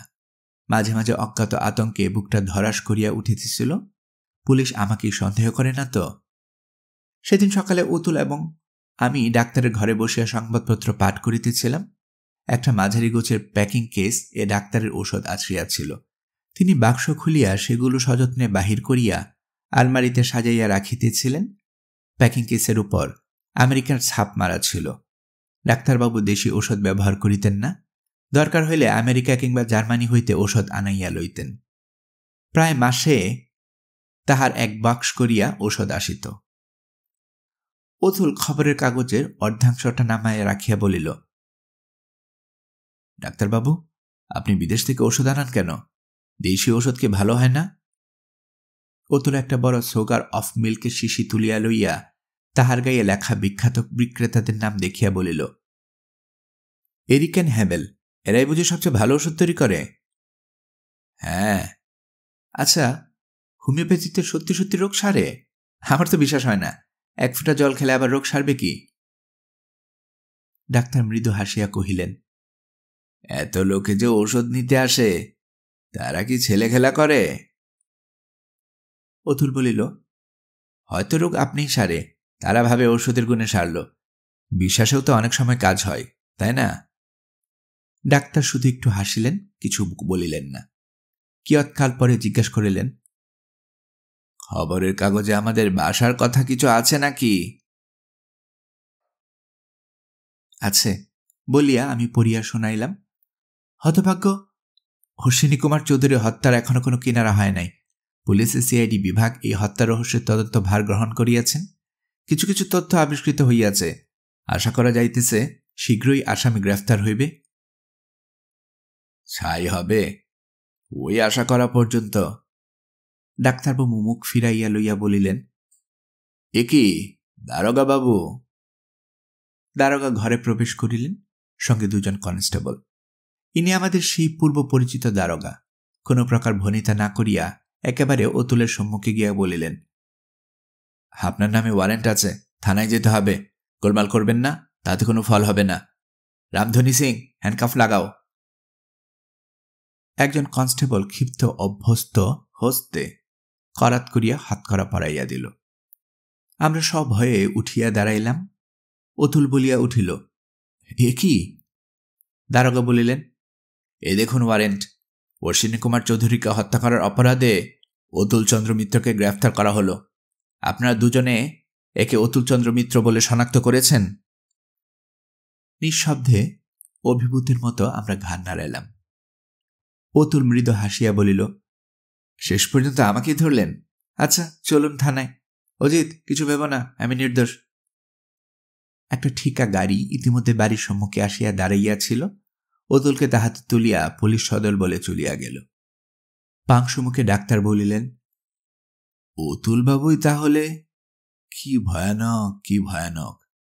মানুষের মুখ দেখে কিছু বুঝবার উপায় নেই। আমার মুখে কথা বাহির হইল না। অতুল হত্যাকারী? এই কদিন তাহার সহিত একত্র বাস করিয়া তাহার প্রতি আমার এই মনে একটা প্রীতিপূর্ণ সৌহার্দ্যের সূত্রপাত হইয়াছিল। তাহার স্বভাবটি এতই মধুর যে আমার হৃদয় এই অল্পকালের মধ্যেই সে জয় করিয়া লইয়াছিল। সেই অতুল খুনি? কল্পনার অতীত বিস্ময়ে ক্ষোভে মর্মপীড়ায় আমি যেন দিগ্ভ্রান্ত হইয়া গেলাম। ডাক্তার বলিলেন, এই জন্যেই অজ্ঞাত কুলসের লোককে আশ্রয় দেয়া শাস্ত্রে বারণ। কিন্তু তখন কে ভেবে দেখেছিল লোকটা এত বড় একটা? আমার কিছুই ভালো লাগতেছিল না। উঠিয়া গিয়া নিজের ঘরের দ্বার বন্ধ করিয়া শুইয়া পড়িলাম। স্নানাহার করিবারও প্রবৃত্তি হইল না। ঘরের ওপাশে অতুলের জিনিসপত্র ছড়ানো রইয়াছে, সেদিকে চাহিয়া আমার চোখে জল আসিয়া পড়িল। অতুলকে যে অতখানি ভালোবাসিয়াছি তাহা বুঝতে পারিলাম। অতুল যাইবার সময় বলিয়া গিয়াছিল সে নির্দোষ। তবে কি পুলিশ ভুল করিল? আমি বিছানায় উঠিয়া বসিলাম। যে রাত্রে অশ্বিনীবাবু নিহত হন সে রাত্রির সমস্ত কথা স্মরণ করিবার চেষ্টা করিলাম। অতুল মেঝে বালিশের উপর কান পাতিয়া ডাক্তারের সহিত অশ্বিনীবাবুর কথাবার্তা শুনিতেছিলেন। কেন শুনিতেছিলেন? কি উদ্দেশ্য? তারপর রাত্রি 11টার সময় আমি ঘুমাইয়া পড়িলাম। একেবারে সকালে ঘুম ভাঙিল। ইতিমধ্যে অতুল যদি কিন্তু অতুল গোড়া হইতে বলিতেছে এ খুন আত্মহত্যা নয়। যে স্বয়ং হত্যাকারী সে কি এমন কথা বলিয়া নিজের গলায় ফাঁস পরাইবার চেষ্টা করিবে? কিংবা এমনও তো হইতে পারে যে নিজের উপর হইতে সন্দেহ ঝাড়িয়া ফেলিবার উদ্দেশ্যেই অতুল এ কথা বলিতেছে, যাহাতে পুলিশ ভাবে যে অতুল যখন এত জোর দিয়া বলিতেছে এ হত্যা, তখন সে কখনোই হত্যাকারী নহে। এরূপ নানা চিন্তায় উদ্ভ্রান্ত উৎপীড়িত মন লইয়া আমি বিছানায় পড়িয়া ছটপট করিতে লাগিলাম। কখনো উঠিয়া ঘরে পায়চারি করিতে লাগিলাম। এমন করিয়া দ্বিপ্রহর অতীত হইয়া গেল। বেলা ৩টা বাজিল। হঠাৎ মনে হইল কোনো উকিলের কাছে গিয়া পরামর্শ লইয়া আসি। এরূপ অবস্থায় পড়িলে কি করা উচিত কিছুই জানা ছিল না। উকিলও কাহাকেও চিনি না। যাই হোক, একটা উকিল খুঁজিয়া বাহির করা দুষ্কর হইবে না বুঝিয়া একটা জামা লইয়া তাড়াতাড়ি বাহির হইয়ার উপক্রম করিতেছি, এমন সময় দরজায় ধাক্কা পড়িল। দ্বার খুলিয়া দেখি সম্মুখেই অতুল। হ্যাঁ, অতুল বলিয়া আমি আনন্দে তাহাকে প্রায় জড়াইয়া ধরিলাম। সে দোষী কি নির্দোষ এ আন্দোলন মন হইতে একেবারে মুছিয়া গেল। রুক্ষ মাথা, শুষ্ক মুখ, অতুল হাসিয়া বলিলেন, হ্যাঁ ভাই, আমি বড্ড ভুগিয়েছি। অনেক কষ্টে একজন জামিন পাওয়া গেল, তাই ছাড়া পেলুম, নইলে আজ হাজত বাস করতেই হতো। তুমি চলেছ কোথায়? একটু অপ্রতিভ ভাবে বলিলাম, উকিলের বাড়ি। অতুল সস্নেহে আমার একটা হাত চাপিয়া দিয়া বলিল, আমার জন্যে তার দরকার নেই ভাই, আপাতত কিছুদিনের জন্য ছাড়ান পাওয়া গেছে। দুজনে ঘরের মধ্যে আসিলাম। অতুল ময়লা জামাটা খুলিতে খুলিতে বলিল, উফ, মাথাটা ঝাঁঝা করছে, সমস্ত দিন নাওয়া খাওয়া নেই। তুমিও দেখছি নাওয়া খাওয়া করনি, বেচারি। চলো চলো, মাথায় ২-৪টি ডল ঢেলে যাই হোক ২-১টা মুখে দেয়া যাক। নারী একেবারে চুইয়ে গেছে। আমি দ্বিধা ঠেলিয়া বলিলাম, অতুল, তুমি? আমি কি অশ্বিনীবাবুকে খুন করেছি কি না? অতুল মৃদু কণ্ঠে হাসিল, সে আলোচনা পরে হবে, এখন কিছু খাওয়া দরকার। মাথাতে ধরেছে দেখেছি। যাই হোক, স্নান করলে সেরে যাবে বোধ হয়। ডাক্তারবাবু প্রবেশ করিলেন। তাহাকে দেখিয়া অতুল বলিল, অনুকূলবাবু, ঘষা দোয়ানির মতো আবার আমি ফিরে এলাম। ইংরেজিতে একটা কথা আছে না, ব্যাড পেনি। আমার অবস্থা প্রায় সেরকম। পুলিশেও নিল না, ফিরিয়ে দিল। ডাক্তার একটু গম্ভীর মুখে বলিলেন, অতুলবাবু, আপনি ফিরে এসেছেন, খুব সুখের বিষয়। আশা করি পুলিশ আপনাকে নির্দোষ বুঝে ছেড়ে দিয়েছে। কিন্তু আমার এখানে আর আপনার, বুঝতে তো পারছেন, ৫ জনকে নিয়ে ম্যাচ, এমনিতেই সকলে পালায় পালায় করছেন, তার উপর যদি আবার আপনি কিছু মনে করবেন না, আপনার প্রতি আমার কোনো বিদ্বেষ নেই, কিন্তু। অতুল বলিল, না না, সে কি কথা, আমি এখন দাগি আসামি। আমাকে আশ্রয় দিয়ে আপনারা বিপদে পড়বেন কেন? বলা তো যায় না, পুলিশ হয়তো শেষে আপনাকেও এডিং এবেডিং চার্জে ফেলবে। তা আজকে কি চলে যেতে বলছেন? ডাক্তার একটু চুপ করিয়া থাকিয়া অনিচ্ছাভাবে বলিলেন, না, আজ রাতটা থাকুন, কিন্তু কাল সকালেই। অতুল বলিল, নিশ্চয় নিশ্চয়, কাল আর আপনাদের বিব্রত করব না। যেখানেই হোক একটা আস্তানা খুঁজে নেব। শেষ পর্যন্ত ওরিয়া হোটেলে তো আছেই। বলিয়া হাসিল। ডাক্তার তখন থানায় কি হইল জিজ্ঞেস করিলেন। অতুল ভাষা ভাষা জবাব দিয়া স্নান করিতে চলিয়া গেল। ডাক্তার আমাকে বলিলেন, অতুলবাবু মনে মনে ক্ষুণ্ণ হলেন বুঝতে পারছি, কিন্তু উপায় কি বলুন? একে তো মেসের বদনাম হয়ে গেছে, তার উপর যদি পুলিশের গ্রেফতারি আসামি রাখি, সেটা কি নিরাপদ হবে আপনি বলুন? বাস্তবতায় এতটুকু সাবধানতা এবং স্বার্থপরতার জন্য কাহাকেও দোষ দেয়া যায় না। আমি নিরসভাবে ঘাড় নাড়িয়া বলিলাম, তা আপনার ম্যাস, আপনি যা ভালো বুঝবেন করবেন। আমি গামছা কাঁধে ফেলিয়া স্নান ঘরের উদ্দেশ্যে প্রস্থান করিলাম। ডাক্তার লজ্জিত বিমর্ষ মুখে বসিয়া রহিলেন। স্নানাহার শেষ করিয়া ঘরে ফিরিতেছি এমন সময় ঘনশ্যামবাবু অফিস হইতে ফিরিলেন। সম্মুখে অতুলকে দেখিয়া তিনি যেন ভূত দেখার মতো চমকাইয়া উঠিলেন। পাংশুমুখে বলিলেন, অতুলবাবু, আপনি? অতুল মৃদু হাসিয়া বলিলেন, আমি বটে ঘনশ্যামবাবু, আপনার কি বিশ্বাস হচ্ছে না?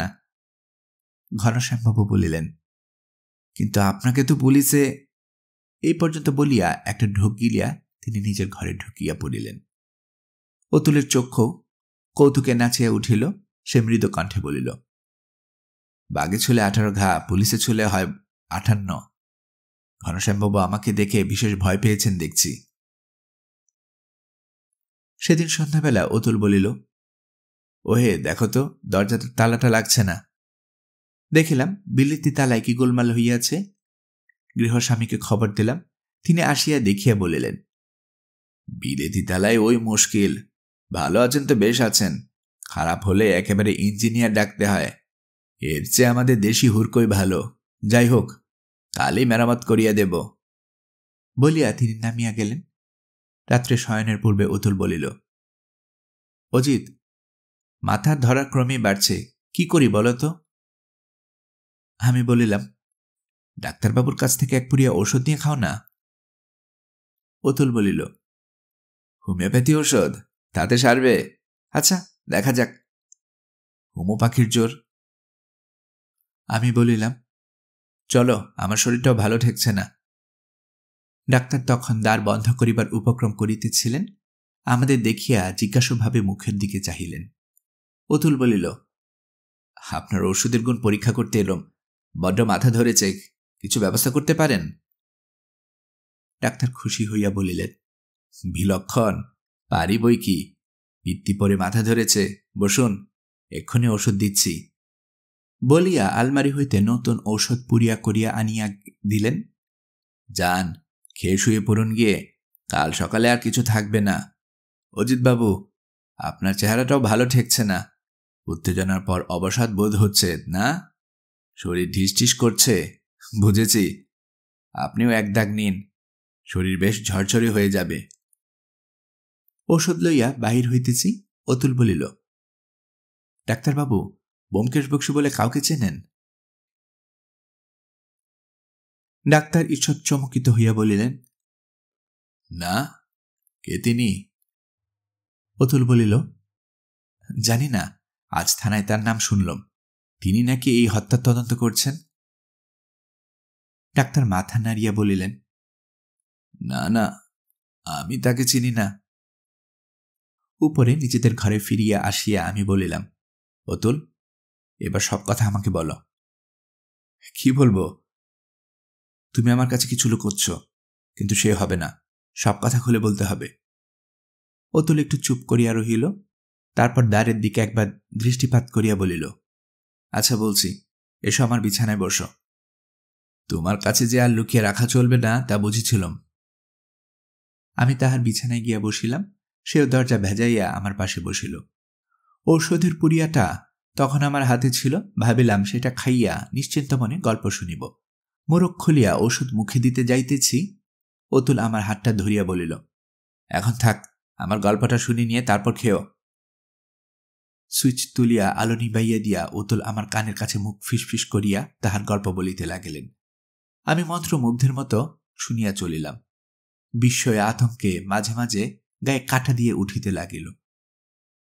15 মিনিট পর সংক্ষেপে গল্প সমাপ্ত করিয়া অতুল বলিল, আজ এই পর্যন্তই থাক, কাল সব খুলে বলবো। রেডিয়াম অঙ্কিত ঘড়ির দিকে চাহিয়া বলিল, এখনো সময় আছে, রাত্রি 2টোর আগে কিছু ঘটবে না। তুমি বরঞ্চ ইতিমধ্যে একটু ঘুমিয়ে নাও, ঠিক সময় আমি তোমাকে তুলে দেব। রাত্রি তখন বোধ করি 1:30 হইবে। অন্ধকারে চোখ মিলিয়া বিছানায় শুইয়েছিলাম। শ্রবণেন্দ্রিয় এত তীক্ষ্ণ হইয়া উঠিয়াছিল যে শ্বাস প্রশ্বাসের সঙ্গে বিছানার উপর দেহের উত্থান পতনের শব্দ স্পষ্ট শুনিতে পাইতেছিলাম। অতুল যে জিনিসটি দিয়াছিল সেটা দৃঢ় মুষ্টিতে ডান হাতে ধরিয়াছিলাম। হঠাৎ অন্ধকারে কোনো শব্দ শুনিলাম না, কিন্তু অতুল আমাকে স্পর্শ করিয়া গেল। ইশারাটা আগে হইতে স্থির করা ছিল। আমি ঘুমন্ত ব্যক্তির মতো জোরে জোরে নিঃশ্বাস ফেলিতে লাগিলাম। বুঝিলাম সময় উপস্থিত হইয়াছে। তারপর কখন দরজা খুলিল জানিতে পারিলাম না। সহসা অতুলের বিছানার উপর ধপ করিয়া একটা শব্দ হইল। সঙ্গে সঙ্গে আলো জ্বলিয়া উঠিল। লোহার ডান্ডা হস্তে আমি তরাক করিয়া বিছানা হইতে লাফাইয়া উঠিলাম।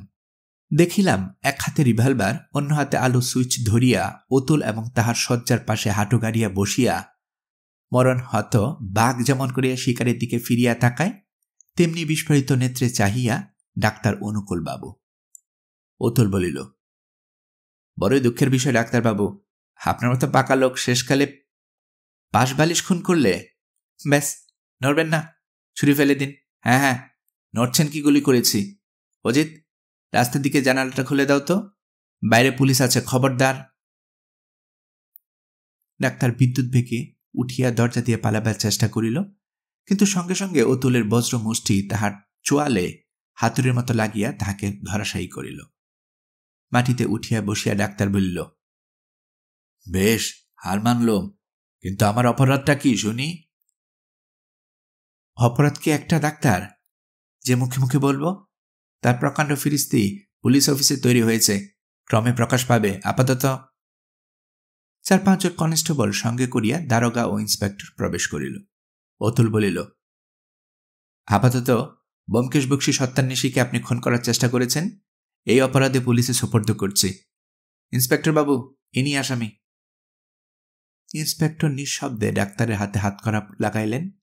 ডাক্তার বিষাক্ত দৃষ্টিতে চাহিয়া বলিলেন, এই ষড়যন্ত্র পুলিশ আর ওই ব্যোমকেশ বক্সী মিলে আমাকে মিথ্যে মোকদ্দমায় ফাঁসিয়েছে, কিন্তু আমিও দেখে নেব, দেশে আইন আদালত আছে, আমারও টাকার অভাব নেই। ব্যোমকেশ বলিল, তা তো নেই, এত কোকেন বিক্রির টাকা কোথায় যাবে? বিকৃত মুখে ডাক্তার বলিল, আমি কোকেন বিক্রি করি তার কি কোনো প্রমাণ আছে? আছে বই কি ডাক্তার, তোমার সুগার অফ মিল্সের শিশিতেই তার প্রমাণ আছে। জোকের মুখে নুন পড়িলে যেমন হয়, ডাক্তার মুহূর্তের মধ্যে তেমনই কুকড়ায় গেল। তাহার মুখ দিয়া আর কথা বাহির হইল না, শুধু নির্বিশেষ চোখ দুটো ব্যোমকেশের উপর শক্তিহীন ক্রোধে অগ্নিবৃষ্টি করিতে লাগিল। আমার মনে হইল এজন্য আমার সেই সাদাসিধে নির্বিরোধ অনুকূলবাবু নহে, একটা দুর্দান্ত নরঘাতক গুন্ডা ভদ্রতার খোলস ছাড়িয়া বাহির হইয়া আসিল।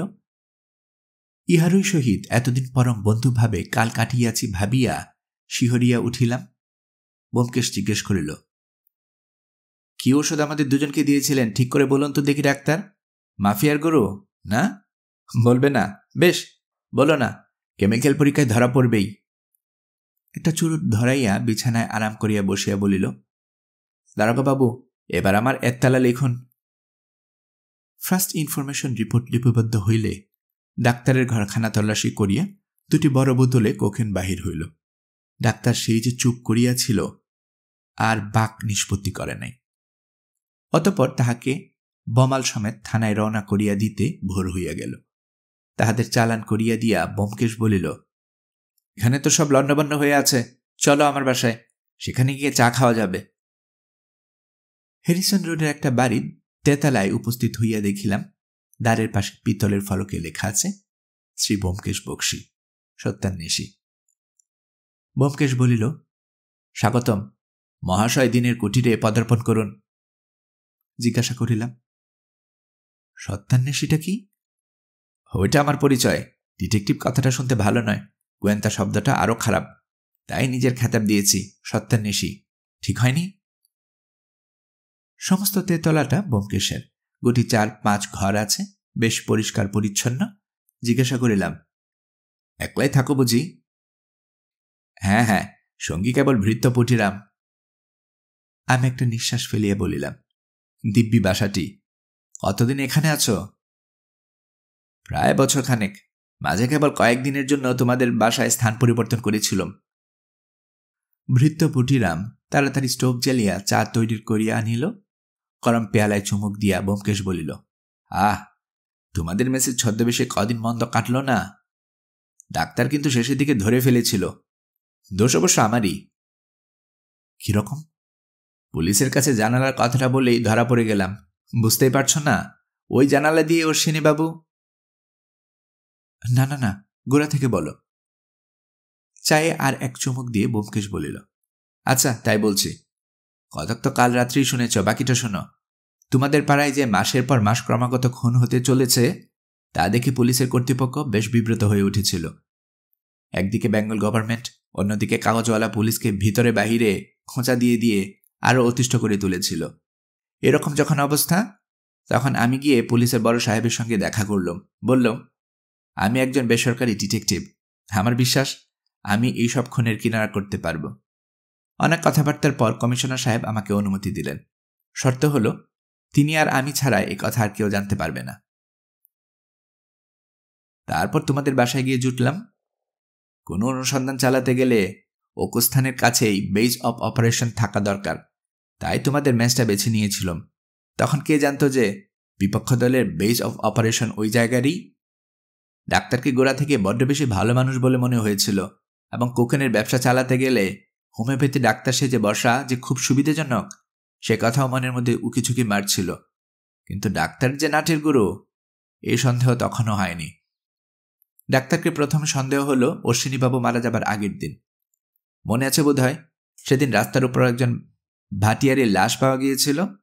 ডাক্তার যখন শুনলেন যে তার ট্যাকের গুজ থেকে 1000 টাকার নোট বেরিয়েছে, তখন তার মুখে মুহূর্তের জন্য এমন এক ব্যর্থ লোভের ছবি ফুটে উঠল যে তা দেখে আমার সমস্ত সন্দেহ ডাক্তারের উপর গিয়ে পড়ল। তারপর সন্ধ্যাবেলায় অশ্বিনীবাবুর আড়ি পেতে কথা শোনার ঘটনা। আসলে অশ্বিনীবাবু আমাদের কথা শুনতে আসেননি, তিনি এসেছিলেন ডাক্তারের সঙ্গে কথা কইতে। কিন্তু আমরা রহিছি দেখে তাড়াতাড়ি যা হয় একটা কৈফিয়ত দিয়ে চলে গেলেন। অশ্বিনীবাবুর ব্যবহারে আমার মনে আবার ধোকা লাগলো। মনে হলো হয়তো তিনি আসল আসামি। রাত্রিতে মেঝায় কান পেতে যা শুনলাম তাতেও ব্যাপারটা স্পষ্ট হলো না। শুধু এইটুকু বুঝলাম যে তিনি ভয়ঙ্কর একটা কিছু দেখেছেন।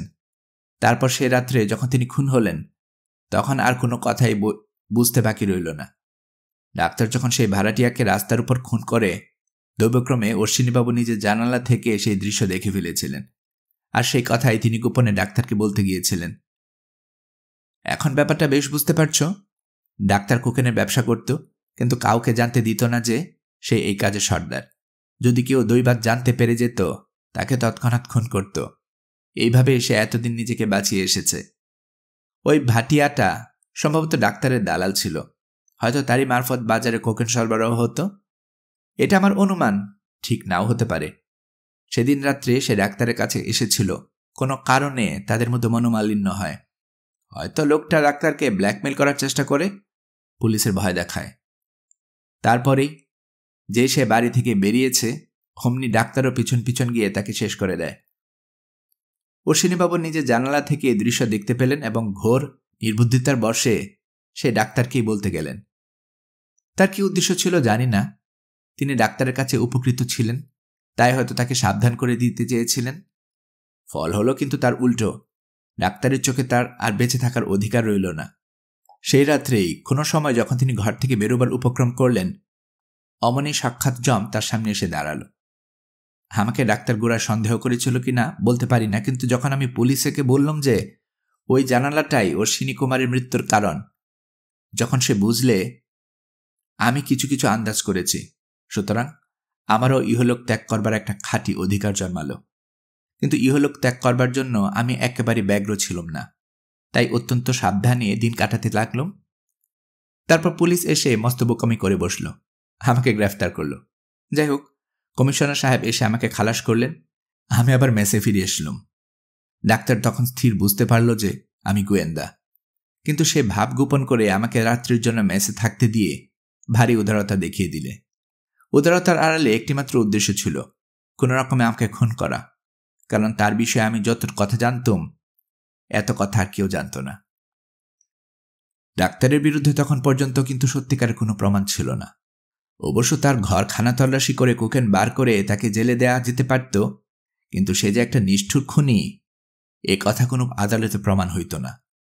তাই আমিও তাকে প্রলোভন দেখাতে শুরু করলাম। দরজার তালা পেরেক ফেলে দিয়ে আমি সেটাকে খারাপ করে দিলাম। ডাক্তার খবর পেয়ে মনে মনে উল্লসিত হয়ে উঠল। আমরা রাত্রে দরজা বন্ধ করে শুতে পারবো না। তারপর আমরা যখন ঔষধ নিতে গেলাম, তখন সে সাক্ষাৎ স্বর্গ হাতে পেল। আমাদের দুজনকে দুপুরিয়া গুরু মরফিয়া দিয়ে ভাবলে আমরা তাই খেয়ে এমন ঘুমাবো যে সে নিদ্রা মহানিদ্রায় পরিণত হলেও জানতে পারবো না। তারপরেই ব্যগ্র এসে ফাঁদে পা দিল। আর কি? আমি বললাম, এখন উঠলাম ভাই, তুমি বোধহয় উপস্থিত ওদিকে যাচ্ছ না? না। তুমি কি বাসায় যাচ্ছ? হ্যাঁ। কেন? বা কেন আবার? বাসায় যেতে হবে না? আমি বলছিলাম কি, ও বাসা তো তোমাকে ছাড়তেই হবে, তা আমার এখানে এলে হতো না? এ বাসাটা নেহাত মন্দ নয়। আমি খানিক চুপ করিয়া থাকিয়া বলিলাম, প্রতিদান দিচ্ছ বুঝি? ব্যোমকেশ আমার কাঁধে হাত রাখিয়া বলিল, না ভাই, প্রতিদান নয়। মনে হচ্ছে তোমার সঙ্গে এক জায়গায় না থাকলে আর মন ঠিকবে না। এই কদিনে কেমন একটা বদ অভ্যাস জন্মে গেছে। সত্যি বলছ? হ্যাঁ, সত্যি বলছি। তবে তুমি থাকো, আমি জিনিসপত্রগুলো নিয়ে আসি। ব্যোমকেশ প্রফুল্ল মুখে বলিল, সে সঙ্গে আমার জিনিসগুলো আনতে ভুলো না যেন।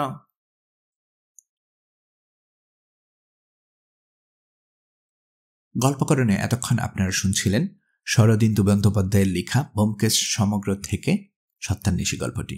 আমি নিয়মিতভাবে গল্প পাঠ করে আপনাদেরকে শোনাচ্ছি। গল্প পাঠ ভালো মনে করে থাকলে আমার এই গল্পটি আপনার বন্ধুবান্ধব, প্রিয়জন সবার কাছে শেয়ার করবেন, তাতে করে তারা এই গল্পটি শোনার সুযোগ পাবে। আপনারা ভালো থাকবেন সেই প্রত্যাশায় এখানে বিদায় নিচ্ছি।